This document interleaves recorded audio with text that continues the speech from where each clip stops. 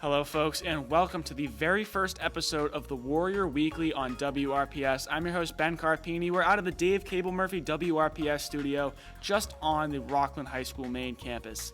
Now, the premise of this show, the Warrior Weekly, I'm going to go over Massasoit Community College's many athletic teams, and of course, being in the winter time right now, that mainly means I'm going to be focused on basketball.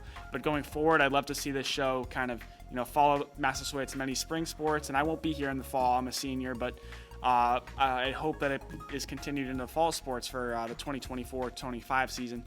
But basically the premise of the show, in a podcast / talk show format, I want to talk and go really in depth about Massasoit's many sports, and of course right now being basketball. As a sports lover myself and as a basketball player myself, I think that this season is going to be really insightful in a really entertaining way to show you kind of the junior college aspect of collegiate sports. But after this quick intro, we're going to dive right into basketball. Again, thank you for watching the Warrior Weekly. We will see you again in just a few seconds. You are now watching the Warrior Weekly, brought to you by WRPS Rockland. I think before we get started, I kind of want to get you guys acquainted with this Massasoit Warriors basketball team, which, by the way, I think is a very talented team. Currently, they're 4-4. They're on a 4-game losing streak, which is obviously unfortunate, but it might help you kind of feel better about them in the fact that they've only lost one of their games by more than 10 points. The first two that they only lost by, I believe the first score was 89-86 loss, and then an 88-80 loss. And their most recent loss was their biggest one. It was to Northern Essex. It was a home game. They lost that game 85-63 on December 7th. So a bit of a rough loss, but you know what? 4-4 is not. It's right at 500. It's not amazing, but it's not terrible. And I have a lot of faith that this Warriors team can turn it around. Bit of a losing streak right now, but not bad. And really, what sticks out to me about this Warriors team, their defense is really stellar. Currently, they are fourth in Division III of NJCAA in points per game allowed to the other team at 63.1. That's a really good statistic right there, and that shows you how hard this Warriors team works on defense. And this team led by Coach Jim Stapleton, who just got his 300th career win last month in November. Obviously, he puts a lot of pride and effort into how this team plays defense, and it's very apparent when you're fourth in the league in points per game allowed. And also 14.3 offensive rebounds per game. That's 22nd in Division III. I think offensive rebounds obviously are harder to get because you really don't have that positioning. And a lot of times, as a basketball player myself, when you're playing on offense and someone shoots a ball, whether it's yourself or, any one of the other four guys on the court, you want to get back on defense in time.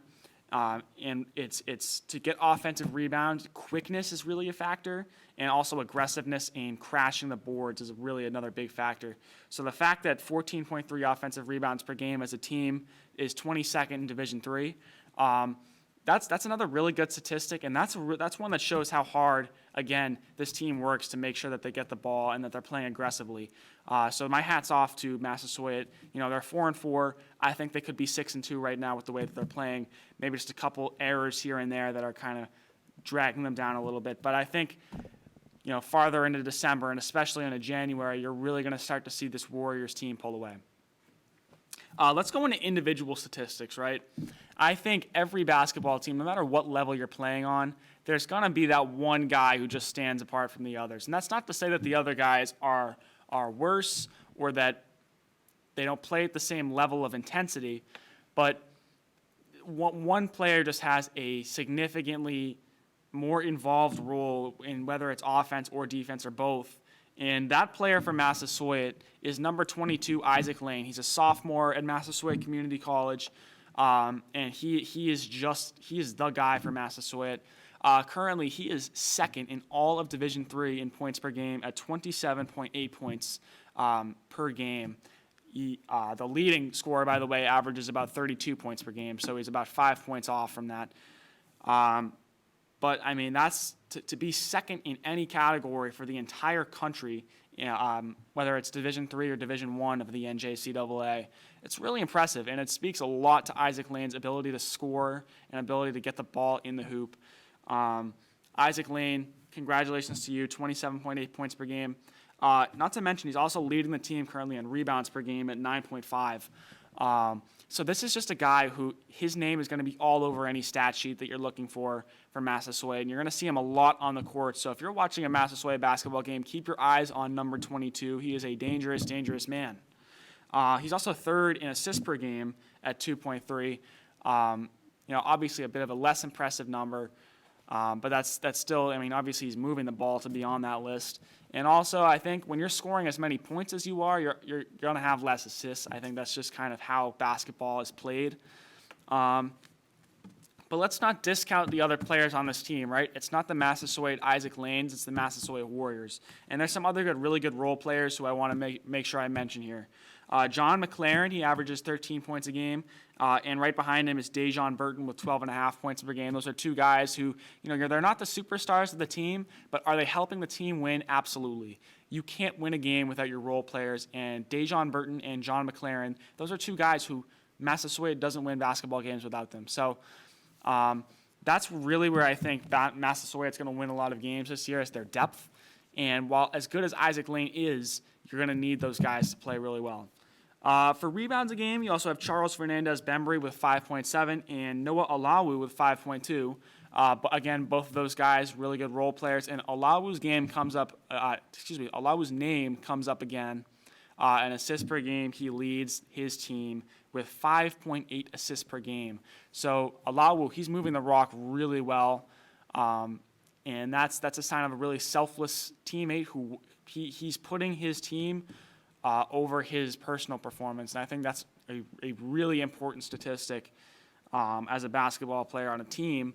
Obviously when you're playing 3-on-3 pickup basketball, you want to be the guy that scores, and it's a different setting. But when you're playing NJCAA basketball or even high school basketball, the point of the game is to get your team to win the game. And Olawu with 5.8 assists per game, he's not top 3 in points per game. He's not going to be your guy who's going out and scoring 20 every time he touches the court, but he's going to help other guys score 20, and that is equally as important is that the factor that Olawu plays in. And at 5.8 assists per game, that's basically 6 times that he's passing the ball to someone where they score. That's an impressive statistic. And Dejon Burton's name's up there as well. Again, 2.3 assists per game. Isaac Lane averages the same amount of assists per game. And these stats, I know I just listed off a lot of numbers, and I hope that wasn't my goal, was to sit here and read you off a stat sheet. But I just kind of wanted to get you guys acquainted with how Massasoit plays basketball. This is not a team that's going to fall over flat, and they're going to lose a game here and there, but statistically I would say they are one of the more sound teams in the NJCAA as a whole, and in the whole district that they're in. I think that Massasoit, again, game here and there, they're going to be fine this year.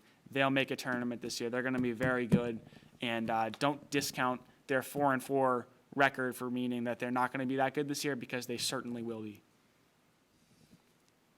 And by the way, I do just want to add in that the team that Massasoit lost to most recently, which is Northern Essex Community College, they're currently number 2 in the entire Division III power rankings, and they are yet to lose a game this season. So it's not like Massasoit's been losing games, left and right because they're just not a good team. They're playing against a very, very good team. And by the way, again, that's the only team that they've lost to by more than 10 points.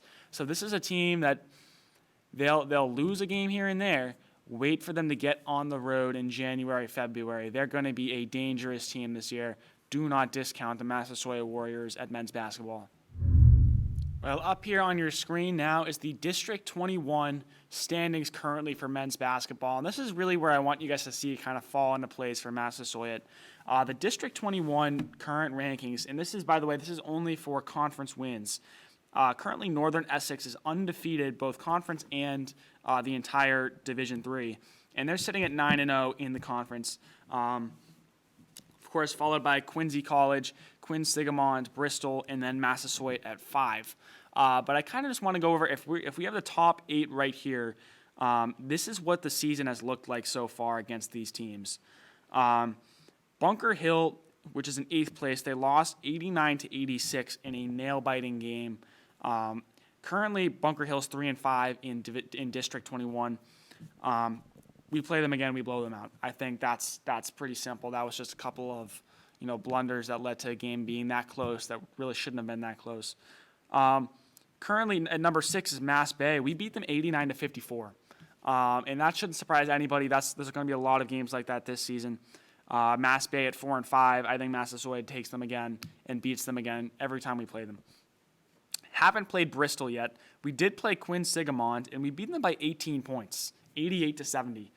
So the fact that this team is third in the district, I think that really bodes well for Massasoit, and that shows that we can beat top 3 teams. Quinsigamond is 6-3 right now. We're 4-4, but we beat them by 18 points. I think we'll beat them again the next time we play them. And then Quincy College, they're 8-1. We lost to them by forfeit. Just happens to go down as a loss. That's just kind of the rules of the game. And then, of course, our loss to Northern Essex, 85-63. Bit of an ugly loss, 22 points. But they haven't lost a game all season. And, they are a really good team. I doubt that they will lose a game all season. So as far as the standings go, we are capable of moving up much higher than I think we are. I would say by the end of the season, we could be third in the district. And that's not a bad place to be for a team right now that's 4-4 and is on a 4-game losing streak. That's a really good spot, I think, for Massasoit to be going into the playoffs this year. So looking ahead, the next 3 games for the Warriors, they're going to play Bristol Community College tonight, December 12th, Tuesday. Can't predict the future. I won't know when this production goes out live on YouTube, but at least as of the time I'm filming this, obviously game is undetermined. I think right now, if Massasoit's able to beat Bristol, they're going to move up in the standings. Right now, they're 4-4. If they can go to 5-4, they're going to slide Bristol back down. Instead, Bristol will go down to where Massasoit is the 5th seed for District 21. But going 5-4 right now and sending Bristol also down to 5-4, that would really shake up this 21st district. It would make it a lot more competitive, in my opinion. But if Massasoit's unable to beat Bristol, they'll fall to 4-5, and on December 16th, they'll play the Community College of Rhode Island. They're currently the 7th seed at 3-4. I think, in my opinion, that should be a fairly easy win for Massasoit, a team that's very athletic. I don't see Massasoit having too many problems with defeating a team like this. And then one day later, on Sunday, December 17th, they play Prince George's Community College. I think that should be a weekend with 2 W's. But we'll see how this weekend pans out for Massasoit. Again, obviously hope the best as a Massasoit media production, but can't predict the future. I say going into the end of the middle of December, I would say Massasoit should sit at about 6-5. I think that's fair. That puts Massasoit in the middle of the pack. I think our 4-game losing streak, and especially that forfeit to Quincy College is kind of biting us right now. But I think 6-5 puts us middle of the pack, maybe a little bit above middle of the pack. And going into the end of December and especially into January, which is the thicker part of the season, I think that Massasoit will really surprise a lot of folks, and they're going to move up very quickly through the rankings of District 21. But we'll see how Massasoit goes, obviously. Big fan of their basketball program, and very excited to see what they're able to do, in the meatier part of the season. Well, folks, that about wraps it up for the Warrior Weekly, the very first episode, by the way, out of the WRPS Dave Cable Murphy studio. I'm Ben Carpine from Rockland High School. Thank you very much for watching this episode. I had a lot of fun filming it. I hope you guys enjoyed watching it as much as I enjoyed preparing for it. We will be filming again. That'll be coming out midweek next week, so expect it about December 19th or December 20th, sometime midweek.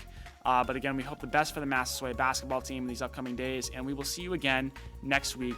Thank you for watching, and remember, go Massasoit Warriors. WRPS thanks you for watching this presentation of the Warrior Weekly.